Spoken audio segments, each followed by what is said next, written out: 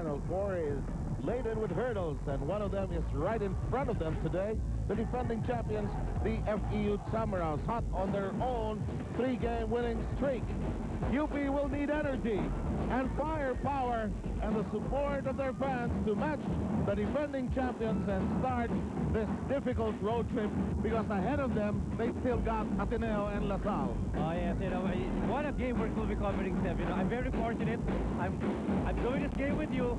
This is a game that UP, well, last game that we covered that UP lost to FEU, and both campuses very much alive here. Absolutely. Steph. Very much alive. I'm looking over the camp of UP. You've got administrators, everybody. Same goes to the FEU. Oh yes, the UP campus suddenly alive and interested in their feat of their team. Now take a look at the team standings and you will understand that UP does have a chance, especially when you consider that fourth spot. Oh yes, and about 2 weeks ago, you don't see UP up there. They may be second to the Bulldogs in the standings, but a win here by UP will bridge them the rest of the tournament with the top four, because they'll just be one win away from the UE Red Warriors, so they need to keep that fire alive. While for FEU, well, a win today, Seb, will bring them over Ateneo and become the #1 team today.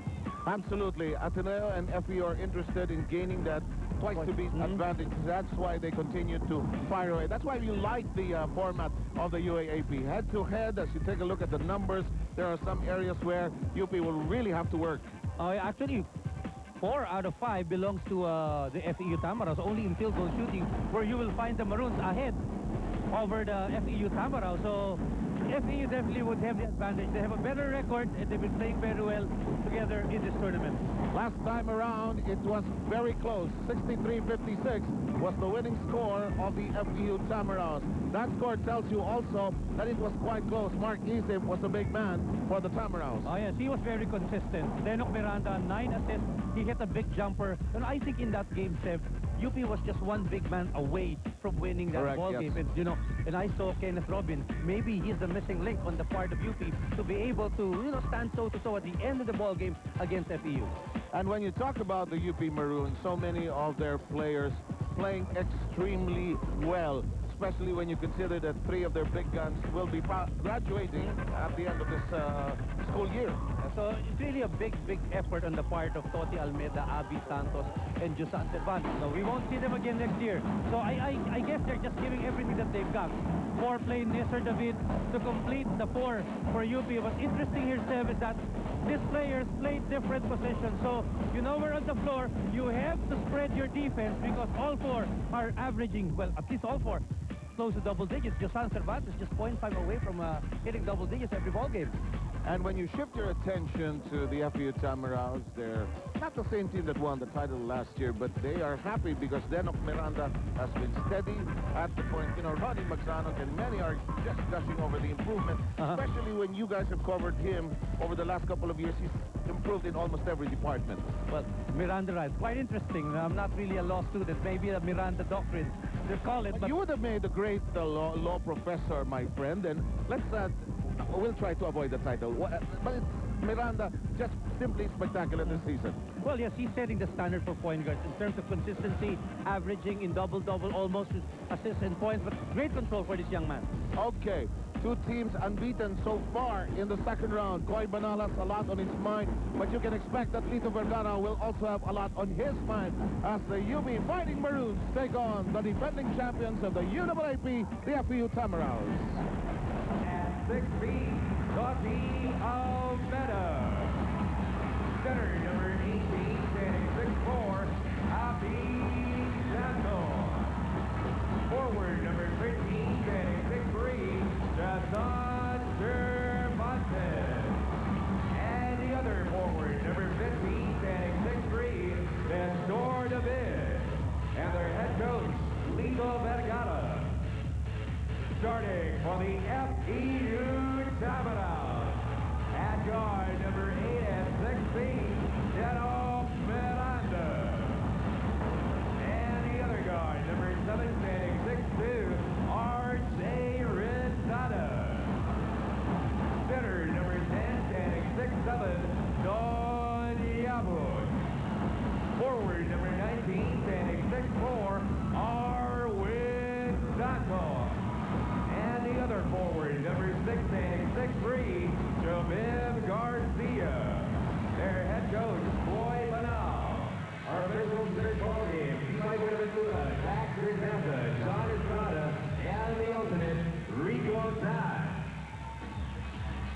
Take a look at our Nescafe starting lineup. It's a truly good game. It's coming up. Now we've been oriented. I think the Miranda rights refer to you have the right to remain silent. The right to get a lawyer. Case of a felony. So Siguro. Before everybody starts texting in again. yep, and well, I'm just so glad that that hasn't been read to us yet. Yes, I don't intend to listen to that. In the meantime, we are underway as Buenaventura Estrada and Certeza are the gentlemen with the whistles. UP, what a run they've had. Lito Vergara was quoted as saying, okay, we may not make it to the Final Four, but let's just collect as many wins as possible. Let's make our entire UP system enjoy the season. But I'm sure they have their sights on that, you know. They have their sights on that because it suddenly became possible with the way Adamson has been slipping up. And same with USD. And, you know, and really we focused on, you have to keep in step with UE, and they're ready to still good. Adamson has lost 6 games already. They're at 4-6. UST is definitely struggling. Has yet to win in the second round. For UP, they haven't lost in the second round. They've got some very big wins. Cervantes, 40 to the inside, and it's played by Santos, but Cervantes had the arm of Santos. Well, that's going to be number 1 on Cervantes in the first foul of the ball game. Well, UP is really a resurrected team. After losing 6 straight, they picked it up against NU, and then so far, they have not looked back. In the second round, after that win against NU, they've won against UST, they've won against UE, and against Adamson. One of the main factors, of course, has been the exciting play of Toki Almeida.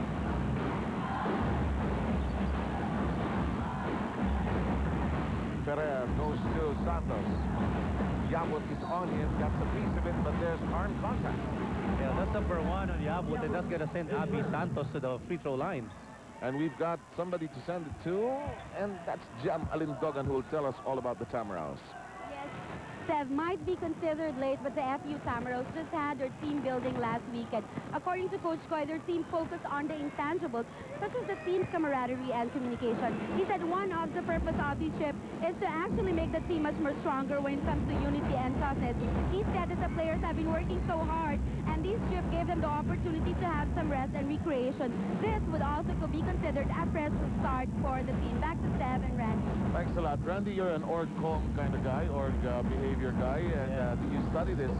How does that actually help in the context of basketball as that basketball is played? So especially if it's an activity-based team building session that you're going to put up on. It clarifies certain roles that you have to play when you have a communication-based program for you. So you try to clear up what roles you have to play at this point in the system, what other objectives that you have to achieve going to this date in this tournament. I think this 2 hours we will spend together will not be enough for you to talk about the entirety of team building, but better late than never, Sam. In the meantime, back to basketball as UP surges ahead early on to the delight of the fans in maroon. And I guess Ferrer will be given the Miranda right after bringing down Dennis Miranda for his first personal. Don't start Randy with anything like that, I tell you. In the meantime, great feed inside, great pass, and that Pulas Ice assist brought to you by Nescafe Ice. Do the move. By the way, earlier today, UE winning against NU 67 to 14-5. Tournament heating up. We did not have games last Thursday, and I think that's crucial, especially in the context of team standings, and Miranda penetrates with an elbow foul. Yep, and is this really going to be a problem? Ferrer picking up his second consecutive foul. 3 team fouls for UP, FEU with a team foul. It's really one big puzzle, and Marvin Cruz, I see him quick off the bench because of the rotation problems caused by the 2 personal fouls given up early by Ferrer. You know, down the road for UE, or UP rather, their schedule on September 2, Thursday, it's Ateneo. On September 4, it's De La Salle. They will complete their tournament by playing against NU on the 9th. So it's not an easy road looking ahead at the possible shot at the Final Four. They will also have to meet somebody else losing ground also, as we send it to Gretchen Pulido for the report about the Fighting Maroons. After a record-breaking 4 consecutive winning streak, the hopes of the Fighting Maroons are high. Before the game, Coach Lito Vergara gave a very inspirational speech to his boys. He said that though they may be up against the big fish in today's game, it is not a matter of who they are up against, but what they are as a team. He asked his boys boys to focus on their strengths rather than sizing themselves up against the Tamaraos. After all, they have been very successful with that strategy in the past 4 games. Why let it down now? Lastly, Coach uttered this very motivating phrase that it really pays to win with hard work and hard. Seven, Randy? Thanks a lot, Gretchen. A traveling violation called against FEU. You know, Randy, you and I have been around this game for quite a while, and you know that the time has come for the motivational ploys and the motivational tactics come into play. And you have to work on the mind of the players, especially for UP. They have recognized that they can win, and this man, Avi Santos, has really turned things around for UP. He went against the FEU Trees. However, they get a chance to recycle their offense. 20 seconds on this particular journey. Here's Cruz trying to jab step his way against Miranda. Pulls up, but he is unable to get it to stay down. Yeah, a very tough matchup we're seeing. Goy Banal putting a very crucial defensive matchup, putting Denok on Cruz and then Santos on Nestor David of UP. Miranda with a spin move goes to Santos. Unloads the 3. It will not bite. Cruz brings it up. Good cut by Cervantes, who get it to crawl inside. You know, I think Jovim will have a tough time against Cervantes because Cervantes has played with a lot of machismo in his ball game.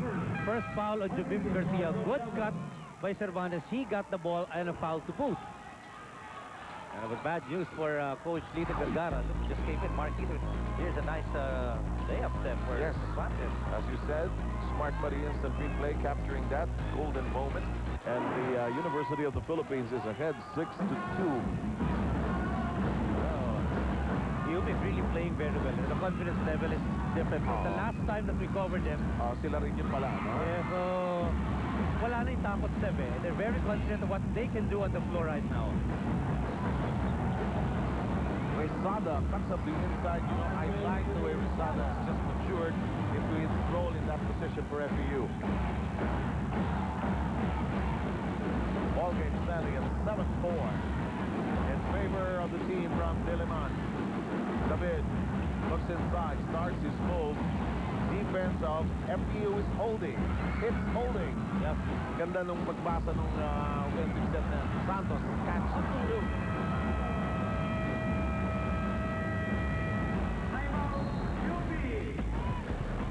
Lito Vergara asking the official if there was anything wrong, but I think he'll have to look closer to home because he'll check with what's wrong with his team right now.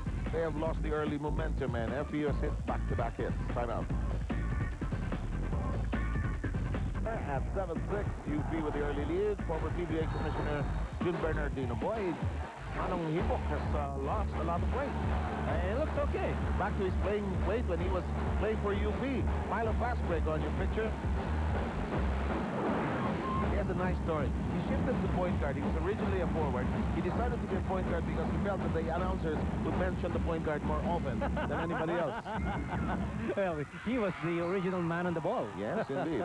For the meantime, 7-6 count. By the way, if you're interested, you know, FEU is interested in hitting back-to-back. They want to do that. Well, they've done that before in the past. As you check out this Milo Wafer matchup or Anytime Anywhere Energy, grab a bar now. FEU has done it twice. In fact, there was one stretch wherein they won it 3 straight times, 79, 80, and 81. And now you're the historian of the group. Sino ba yung player nung 91, 92? It was the Abarrientos year. Yes, it was the controversial year when FEU took the that one. championship away from LaSalle. That was that year. That was the year. Well, of course, FEU said there was no fluke because the following year they made it back-to-back. Yes, exactly. And they had some stretches during 72 and 73 as a back-to-back champion as well. Yeah. You know, FEU is just using its size to dominate UP after Which we expected. No choice eh. No, kailangan gamitin, titinginan na nila eh. Ang habol niya ng Ateneo at saka ng FEU, makuha talaga yung 1 and 2. Yep. Because, you know, you don't want to be number 3 after leading the league for the longest time possible. And, you know, may disgrasya. If the Final Four were to be played, you know, today, it would be 1-4-2-3. As you get to know Jire Ibanez, Ateneo would play possibly UE, and FEU would play De La Salle. Yes, and for the teams, they're looking at, well, for UE and LaSalle, they have some hope actually, Seth, because 4 games remaining for FEU. Of course, they will pray that FEU or Ateneo or both of them would lose the remaining 4 games, and then they will have an inside track. But of course, that's very difficult to happen. But it is possible. It is possible. Interestingly enough, the remaining schedule of FEU involves them playing MU on Thursday, September 2. Then they have on Sunday USD, and their last game is against Ateneo, the team that also beat them in the first round. Miranda and company. UP in the lead by 1. Another critical game in the mix of things for UAAP season 67. A foul has been observed by the officials. That could be on Nestor David. You know, that's a very difficult matchup for him. That's number 1 on David. And You can expect UP to use a lot of their fouls today, so just because of the size of FEU. well, they have to make the proper adjustments. Coy Banal has been using his bench.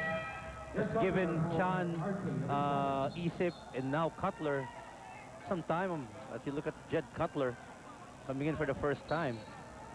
And we've seen Coy Banal go more and more to his bench, stretching the number of players he has used. In the meantime, the referee making sure that everything is span. And our score, 9-8, 4:19 to go here in the opening quarter. Santos, Cutler, Egypt is asking for it. It's the offensive unit for FEU on the hardwood right now. Clutch passing by the Tamaraws. Santos still has it. It's lost, it's regained, the turnaround shot, it'll bounce up, and there was Egypt to the rescue. Well, you really have to do a good boxing out against FEU. They've got tall guys on you, and Abby Santos wasn't able to feel his man, allowing Egypt to make his first 2 points. As Randy pointed out earlier, 19 points by Mark Egypt in the first battle between these two sides, won by FEU. We have a foul in that last play, whistled against Cutler, number 1. And already, it is 14 fouls against FEU, same number for the Fighting Maroons. Well, Toti Almeida, you know, he's a top scorer for UP. They look up to him for the points, and as always, it's like, you know, it's almost the end of the game for Toti Almeida. Look at the hairdo, Sam. You know, it's just first quarter. Probably one of those great Almeida players, Ato Manolato. Well, Kenneth Robin will definitely play a good part, you know. Oh, they almost wrecked our lights earlier in the round robin, huh? Yes. I told them they wouldn't look good on TV if they continued to throw the ball at our lights. This is our feeble attempt to look better, but our makeup artist just does a great job, I tell you. Game after game after game. Game Sam. after game. Mommy has done a wonderful job Absolutely. making us look better. Look human. 11-10. Oh, that's right. And by the way, no, a footnote, you and I, when we get together, you and I are the professors here, because there's a bit of a footnote. FEU has won 5 straight over UP, dating back to August 23, 2001. The last time it happened that UP won against FEU, it was 71-64 at the Blue Eagle Gym. The Maroons came back from 20 points down in the 3rd quarter, and listen to this, Ryan Gregorio, you were ejected late in the 4th quarter in that game. Well, I haven't seen Ryan on the floor right now, or in the Coliseum. And UP jumps to a 3-point lead, and maybe they want to replay history in that big win they had 5 games ago. In the meantime, that turnaround shot as we move into this timeout. Nagpapalik po ang UAAP, and we got some special guests. That's Jenkin Vicina. He played for UP and was transferred back to San Beda. Hey, Cesar Catley. Again, I asked the question, what is it about hats and baseball players? And basketball players, that is. Baseball players, yes. Yeah, well, there's supposed to be a function, but it adds to the form, di ba? That's why it extends, so you take away the sunshine from your eyes. But magandang tingnan. Okay, you're now a fashion consultant. I noticed. You have improved. You kanina makeup and fashion. 13-10. Score 3:05 remaining. Sam Sarmiento with Professor Randy Sandala. We've got Jamal Dalton for FEU and Gretchen Pulido taking care of the UP bench. Turnaround by Egypt, knocks it in. You know, he always starts strong against UP, and I think he's very confident that he can take on Abby Santos or either Nestor David. He feels nobody on UP can take him, really. Yes. 2:40 to go in this opening quarter. The flow of the traffic has been dictated more or less by by UP, but not without a swift response from the Tamaraws. A turnaround shot goes nowhere and a chance for FPU to really get the lead. They have led only once in the ballgame, way back in 87. Chan fires the 17-footer, a bit offline, and the rebound is collared by UP. Ibanez takes care of that carry. Cruz clawed by the D. Easy, twirling, spinning, looking for an open man. Cutler, the recipient. Shot rolls inside. Easy, one fake, one turn, he's blocked. Cruz does not want to waste the rejection. Waits for the rest of the gang. Totti Almeida beats inside. Ibanez. Up and that's tomorrow, the billiards. Yep, tomorrow on Q, I think at the Octagon Hall. It's Robinson's Galleria. So great Q artists coming together to play for a lot of match prizes. Denok Miranda arrested by Boy Banal a minute and 38. And then also Ira Boycott took a look at Vic Mel Epres. Vince Carter is his idol. Yes, I think he had that big game against De La Salle, remember? Yep, he couldn't miss from three-point country, and then he was forgotten in the fourth quarter. Yes, hitting shots from long distance, that's the trend nowadays. Of course, we've seen how it's done internationally. Yep, and it's really changed the way we look and appreciate basketball all of a sudden. A minute and 38 remaining. The steal by Ibanez. The ball hawked from the rear and the blind side of Chan, and a traveling violation, and the ball goes back quickly to FPU. You know, he's struggling. Jairé Ibanez, as far as offense is concerned, he was asked to take some shots. You know, I think his defense normally would shine ahead of his offense for the game of Jairé. Oh, good point. In the meantime, a lot of shoving, pushing, hatakan for position. You know, I guess Cruz is meeting Jed Cutler, you know, very recently. He didn't play also in that game when they lost to FPU. So he and Kenneth Robbins didn't play, and they're really plus factors going to this game against FPU. Rita Vergara reminding his troops, use your coconuts, so to speak. He's pointing to his forehead. Easy, bobs it. Great attack to the basket. You know, De La Cruz. First 2 points for him. More importantly, FPU takes the driver's seat with a minute and 17 remaining. Let's see if UP can regain the advantage. Epres. Ibanez. Handoff. Cruz lobs the left-handed shot. Rebound struggled for. Won by Cutler. First rebound of the game. Chan looking inside. Mangas in the ballgame. Chan sends it diagonally to Cutler as the shot clock trips down to 8. Mangas is clobbered actually, but he keeps his wits about it, misses the shot. About 34 seconds remaining in this opening quarter. Well played by both sides. Cruz does not want to force a pass inside. But look at the D of FPU. Cruz, 6 on the shot clock, shoots falling away. No real posture to put up the shot cleanly.